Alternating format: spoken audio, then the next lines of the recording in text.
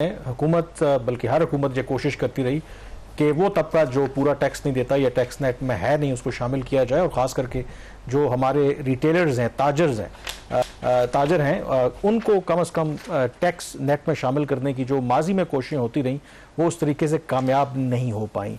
मौजूदा गवर्नमेंट ने भी ये कोशिश की, हम इससे पहले भी प्लान डिस्कस करते रहे, और अब बिलाखिर एक नई जो इनकम टैक्स स्कीम है रिटेलर्स के लिए उस पर इत्तेफाक राय हो गया है और उसको बाकायदा तौर पर अब इम्प्लीमेंट करना शुरू कर दिया है गवर्नमेंट ने। तो क्या वो स्कीम जो है वाकई जो रिटेलर्स को जितना उनका टैक्स बनता है कन्विंस कर पाएंगे कि वो उतना टैक्स दें और वाकई फ़ायदेमंद होगी, या माजी की तरह एक दफ़ा फिर ये गवर्नमेंट जो है उन्होंने एक कॉम्प्रोमाइज्ड आप कह रहे हैं कि डील की है? देखिए कामरान, फर्स्ट थिंग फर्स्ट, ये एक अच्छा स्टेप है हुकूमत का। उसने एक एटलीस्ट एफर्ट ज़रूर की है और इस तरीके से करने की कोशिश की है कि जो ताजर है वो सड़कों पर भी ना आए और कुछ ना कुछ हो जाए। ऐसा नहीं है कि एक परफेक्ट स्कीम इन्होंने अप्रूव करके लॉन्च कर दी है। ओरिजिनली जो कॉन्सेप्ट था इसका मार्च में इन्होंने रिलीज़ किया था पब्लिकली, और उसके बाद इसके ऊपर बेतहाशा इनकी इजलास हुए जो ट्रेडर बॉडीज़ थी उनके साथ, उनके रिप्रेजेंटेटिव्स के साथ। आपने कुछ सोशल मीडिया पे वीडियोस भी देखी होंगी जिसमें जो ताजिर थे वो थ्रेटन करते हुए नजर आ रहे कि जो आएगा हमारी दुकान बंद करना हम उसको देख लेंगे, दिस एंड दैट। वो जो एक उनका यूजुअल एक स्टाइल होता है। At the end of the day एक स्कीम लॉन्च हो गई है, अप्रूव हो के उसकी इम्प्लीमेंटेशन स्टार्ट हो चुकी है। स्कीम के तहत जो पहली जो किस्त है एडवांस इनकम टैक्स की वो FBR वसूल करेगा 31 जुलाई तक। स्कीम बुनियादी तौर पर यह है कि अभी भी ताजिर को उसकी इनकम की बेस पे टैक्स नहीं किया गया। एक इंडिकेटिव एक इनकम एक उन्होंने अज्यूम किया FBR ने, और उस इंडिकेटिव इनकम की उसने 12 किस्तें कर दी हैं और उसका एक नोटिफिकेशन जारी कर दिया। पहले ये था जब स्कीम का एक प्रपोजल था वो ये था कि जो रेंटल वैल्यू होगी जहां पे भी दुकान है और आपके जो रेंट होता है, किराया जो होता है, वो एक रिफ्लेक्शन होती है उस मार्केट की वैल्यू की। उनका जो रेंटल वैल्यू होगी उसकी बेस के ऊपर रेंटल वैल्यू का 10% आप टैक्स में दे देंगे, इनकम टैक्स में, और ये आप देंगे 12 जो है मंथली आपकी इंस्टॉलमेंट्स होंगी और इंडिकेटिव इनकम बेस के ऊपर ये होगा। ताजिर इस पे नहीं माने, उन्होंने कहा जी रेंटल वैल्यू पे देते हम नहीं देंगे। फॉर एग्जांपल अब इस्लामाबाद में आप अगर हम आपारा मार्केट में बैठे हुए हैं या सुपर मार्केट है, जना सुपर मार्केट, तो बेतहाशा यहाँ पे रेंट्स है, तो इसका मतलब अच्छी आमदन है तो रेंट्स पे कर रहे हैं। मेन अगर दुकान आपकी 3-4 लाख अगर आप उस पे रेंट दे रहे हैं, फिर बाकी अखराजात अलग, तो इसका मतलब है कि इतना आप अर्न कर रहे हैं तो आप दे रहे हैं ना, तो उस पर इनकी बात नहीं। अब उन्होंने एक फेयर मार्केट वैल्यू, उसकी लोकेशन, उस इंडिकेशन, वो जो इंडिकेटर्स थे उसकी बुनियाद पे ये इन्होंने अब स्कीम लॉन्च कर दी है। मैं सिर्फ चंद एग्जांपल्स दे रहा हूं कि बुनियादी तौर पर स्कीम के तहत हर जो ताजिर है, एक तो उन्होंने कुछ इसमें कामरान कुछ एग्जाम्पशंस दे दिए। अब हर ताजिर टैक्स नेट में अभी भी नहीं लाया गया।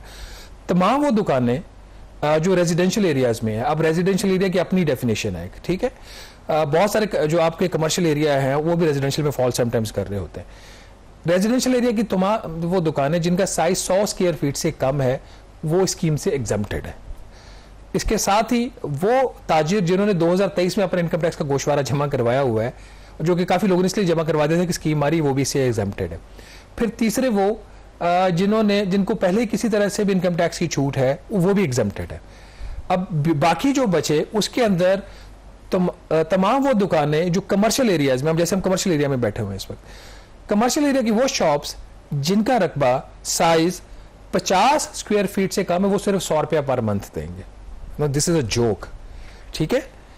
छोटी सी दुकान जो होती है ना 20-30 स्क्वायर फीट की भी, उसके अंदर भी समटाइम्स करोड़ों रुपए का मंथली काम हो रहा है। तो उन्होंने फ्रंट पे शॉप बनाई होती है, माल थोड़ा सा रखा होता है, पीछे स्टोर गोदाम बहुत बड़े बड़े बनाए होते हैं। इस्लामाबाद की जो बड़ी मार्केट है, मसलन आप जिना सुपर या सुपर में चले जाएं, वहां पे शायद एक जो पान और सिगरेट बेचने वाला है वो पता नहीं लाखों का मारा होगा, उसको सिर्फ 100 रुपए देना। फिर अच्छा वो 5 सिगरेट वाले को वैसे निकाल दिया। जो खोखे हैं, कियोस्क हैं, वो वैसे उनको भी इन्होंने मेरे ख्याल 100 रुपया उस पर भी डाला है। वो ओवरऑल जो इंडिकेटिव इनकम से निकाल दिया उनसे 100 रुपया ले रहे हैं। फिर 5/3 की जो शॉप होगी स्क्वायर फीट की वो भी निकाल दी है, उसको भी 100 रुपया इन्होंने देना है। अब सिर्फ बेसिकली नाज़रीन 100 रुपये से लेके तकरीबन 60,000 रुपया पर मंथ टैक्स लगाया गया है। आप कहने को 60,000 रुपया पर मंथ बहुत हो सकता है, लेकिन अगर एक दुकान करोड़ों रुपए का महीने का काम कर रही है उसके लिए 60,000 रुपया क्या मैटर करता है। चले पहला स्टेप, 4-5 एग्जांपल्स मैंने इनके नोटिफिकेशन से निकाली है। गिजरी मार्केट कराची सब जानते हैं, बहुत ही एक्सपेंसिव एरिया ये। पर मंथ उसका जो ताजर का वहां पे टैक्स होगा वो सिर्फ 20,000 रुपया होगा। ये मैंने अच्छी अच्छी एग्जांपल्स निकाली हैं। गार्डन ईस्ट टाउन जो है कराची का या वेस्ट टाउन है, दोनों का 60,000 रुपया उसका पर मंथ इंडिकेटिव टैक्स है। अगेन ये जो बेस्ट एग्जांपल है वो मैंने वो उठाई। अब 60,000 रुपया खुद जो लोग कराची में रह रहे हैं वो देख लें क्या ये जस्टिफाइबल है या नहीं। फातिमा जिना कॉलोनी कराची 45,000 रुपया पर मंथ टैक्स होगा, साल का 5,40,000 कुछ भी नहीं, ज़्यादा सैलरी पर्सन पे कर रहे हैं। इस्लामाबाद में सुपर मार्केट के जो लोग यहाँ पे इस्लामाबाद के रहने वाले हैं, जो विजिटर हैं और वहाँ पे जिस किस्म का बिजनेस होता है, करोड़ों रुपए का बिजनेस जो है वो मामूली बात है वहाँ पे। उसके लिए जो इन्होंने indicative income tax per month है वो 30,000 रुपए से लेके 60,000 रुपए तक। ग्राउंड फ्लोर की शॉप है तो 60,000, बेसमेंट है और अब फर्स्ट फ्लोर है तो 30,000 रुपया। फैसलाबाद के जो 8 बाजार हैं जो दुनिया भर में पाकिस्तान में मशहूर है और उसकी इंटरनेशनल भी उसकी एक रिकग्निशन है, जहाँ पे अरबों रुपए का काम होता है। घंटाघर और वो जो सारा एरिया उसके इर्द गिर्द के जो 8 बाजार हैं वहाँ पे 45,000 रुपया पर मंथ टैक्स इन्होंने रखा है फिक्स। और इसी तरीके से अगर आप हासिलपुर में चले जाएं वहाँ पे कोई 20,000 रुपया जो बहावलपुर के, और 80% ऑलमोस्ट है वो 100 रुपए से 1,000 रुपए में इन्होंने पर मंथ के ऊपर कामरान इन्होंने सेटलमेंट्स की हुई है। तो ये और इसके अंदर से एक्सक्लूजन्स भी हैं। और कितना पैसा फिर इकट्ठा कर लेंगे? चलें, जिस तरह आपने कहा कि एक कोशिश इन्होंने की है कि गवर्नमेंट ने एक दरमियानी रास्ता कि किसी तरीके से आहिस्ता आहिस्ता इनको टैक्स नेट में भी लाएं, इनसे टैक्स भी लें और कुछ ऐसा काम ना करें, क्योंकि गवर्नमेंट वैसे ही बड़ी अनपॉपुलर है, बहुत ज़्यादा प्रोटेस्ट दबाव अदरवाइज हैं, तो ज़ाहिर है कि ताजर जब निकल आएंगे तो और प्रॉब्लम्स होंगी। तो इससे कितना एडिशनल जो FBR है वो एक्सपेक्ट कर रही है कि टैक्स इकट्ठा कर पाएगी? देखिए, जो इन्होंने ओरिजिनल स्कीम IMF के साथ शेयर की थी और जो IMF ने इनको नंबर दिया वो 50 अरब रुपए का है इस साल का। नॉट बैड स्टार्ट है, लेकिन ये जो इन्होंने एक्सक्लूजन्स डाल दी है ना, उसके बाद मुझे लगता है ये बड़ा क्या अब ये सारे जो रिटेलर्स हैं ये एग्री कर रहे हैं? जो आपने अभी तक प्रोटेस्ट नहीं आ रहा कहीं से, मतलब क्योंकि उनको आप कह रहे हैं ना कि सीरीज ऑफ मीटिंग्स हुई हैं, सीरीज ऑफ मीटिंग्स होने के बाद किया है, उनकी जो मेन लीडरशिप है वो खुद स्कीम को ओन कर रही है, अभी तक इसके खिलाफ स्टेटमेंट नहीं दी। तो इसका मतलब है कि ये एक्सेप्टेबल है, क्योंकि मेजॉरिटी ऑफ द जो ट्रेडर्स वो अपने इसमें एक्सक्लूड कर दिए। दूसरी बात है कि ये अभी स्कीम आई है सिर्फ 42 शहरों में, पूरे पाकिस्तान में भी नहीं है। ठीक है। और इसमें खास जो अल्फाबेटिकली यहाँ पे लिखा हुआ है, जिसमें पंजाब के तकरीबन मेरा ख्याल है कि 25 शहर है, 7 उसके हैं, सिंध के 6, खैबर पख्तूनख्वा के हैं, बलूचिस्तान के 3 और इस्लामाबाद है। इस तरह को 42। इसमें एबटाबाद है, अटक, बहावल नगर, बहावलपुर, चकवाल आपके ऊपर भी लगा दिया है, डेरा इस्माइल खान, डेरा गाजी खान, फैसलाबाद, गोडकी, गुजरांवाला गुजरात, गवादर, हाफिजाबाद, हरीपुर, हैदराबाद, इस्लामाबाद। ये एक लंबी लिस्ट है 42 शहरों की।